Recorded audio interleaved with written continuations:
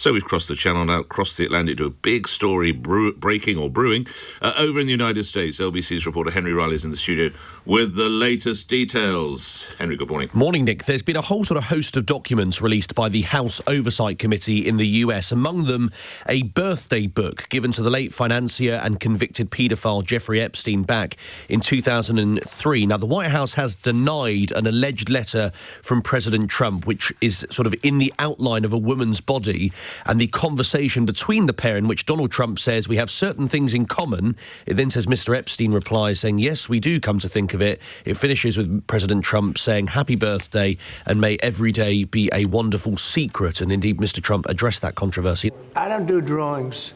I'm not a drawing person. I don't do drawings. Sometimes people say, would you draw a building? And I'll draw 4 lines and a little roof, for a charity stuff.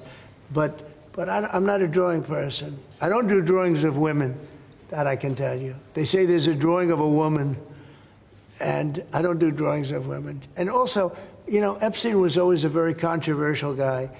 I was at a very high position, pretty much all my life. In all fairness, I've been doing this for a long time.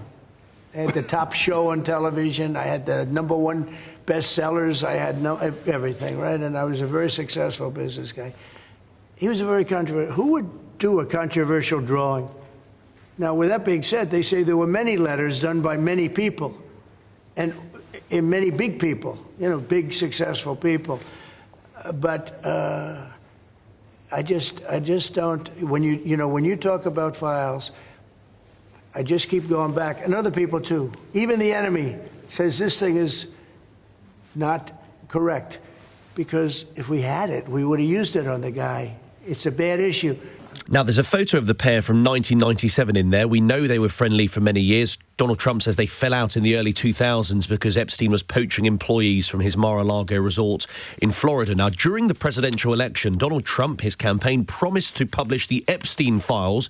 But since then, the administration has sort of shifted their tone and message. And now it's an issue that he can't escape. Are you still talking about Jeffrey Epstein? This guy's been talked about for years. You're asking, we have Texas, we have this, we have all of the things. And are people still talking about this guy, this creep? That is unbelievable. Do you want to waste the time, and do you feel like answering? I don't mind answering. I mean, I can't believe you're asking a question on Epstein at a time like this, where we're having some of the greatest success and also tragedy with what happened in Texas. It just seems like a desecration, but you go ahead. Now, there's also another note appearing to be from former President Bill Clinton, which mentions Epstein's childlike curiosity. Among the names is also Lord Mandelson, the now British ambassador to the US, in which he calls Epstein my best pal. There is also a lengthy note. I won't read it all to you, Nick, but it starts, once upon a time, an intelligent, sharp-witted man they call mysterious parachuted into my life.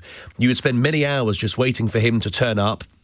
It then says, it goes on to say, or in one of his glorious homes he likes to share with his friends, brackets, yum yum, and that's accompanied with a picture of Little St. James, Epstein's private island in the US Virgin Islands. Now, the controversy surrounding Peter Mandelson is that a JP Morgan report back in 2009, when he was business secretary, alleges that Peter Mandelson stayed in Epstein's lavish townhouse in Manhattan whilst the late financier was in prison for 18 months for soliciting prostitution from a minor. When the Financial Times asked Lord Mandelson about this, he gave rather colourful language saying it's an FT obsession and you can something off. Did he put the F in FT? He did put the F in FT, and he was also asked about it on Sky News. I'm not answering any questions about him. He was in jail at the time for soliciting prostitution from a minor.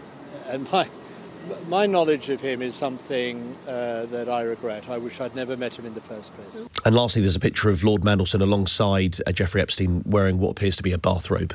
And lastly, staying with Labour grandees, it's alleged in 2009 that Lord Mandelson stayed in the Manhattan townhouse of the late financier and paedophile Jeffrey Epstein when Epstein was serving an 18-month sentence for soliciting a minor. Shouldn't we hear more from Lord Mandelson on that, given the notes released overnight by US lawmakers? I think the ambassador has been clear that he regrets ever having been introduced to Epstein, and who can blame him? Who would want to be associated with Epstein, given what we know now about the horrific crimes that he perpetrated? But is that enough to just make the story go away? Don't we need to hear more, a little more detail, Health Secretary? Well, he's never backwards in coming forwards, and I'm sure he will have more to say. But I don't think we should tar everyone as kind of guilty by association. I think it's appalling, the crimes that Epstein committed, and it is really important that the sunlight of disinfectant is provided by his victims, whose testimony should be believed, who should be given the platform to set out the horrific abuse they endured. Because while they may have been denied justice while Epstein was still alive, they can at least make sure that his name is blackened in death.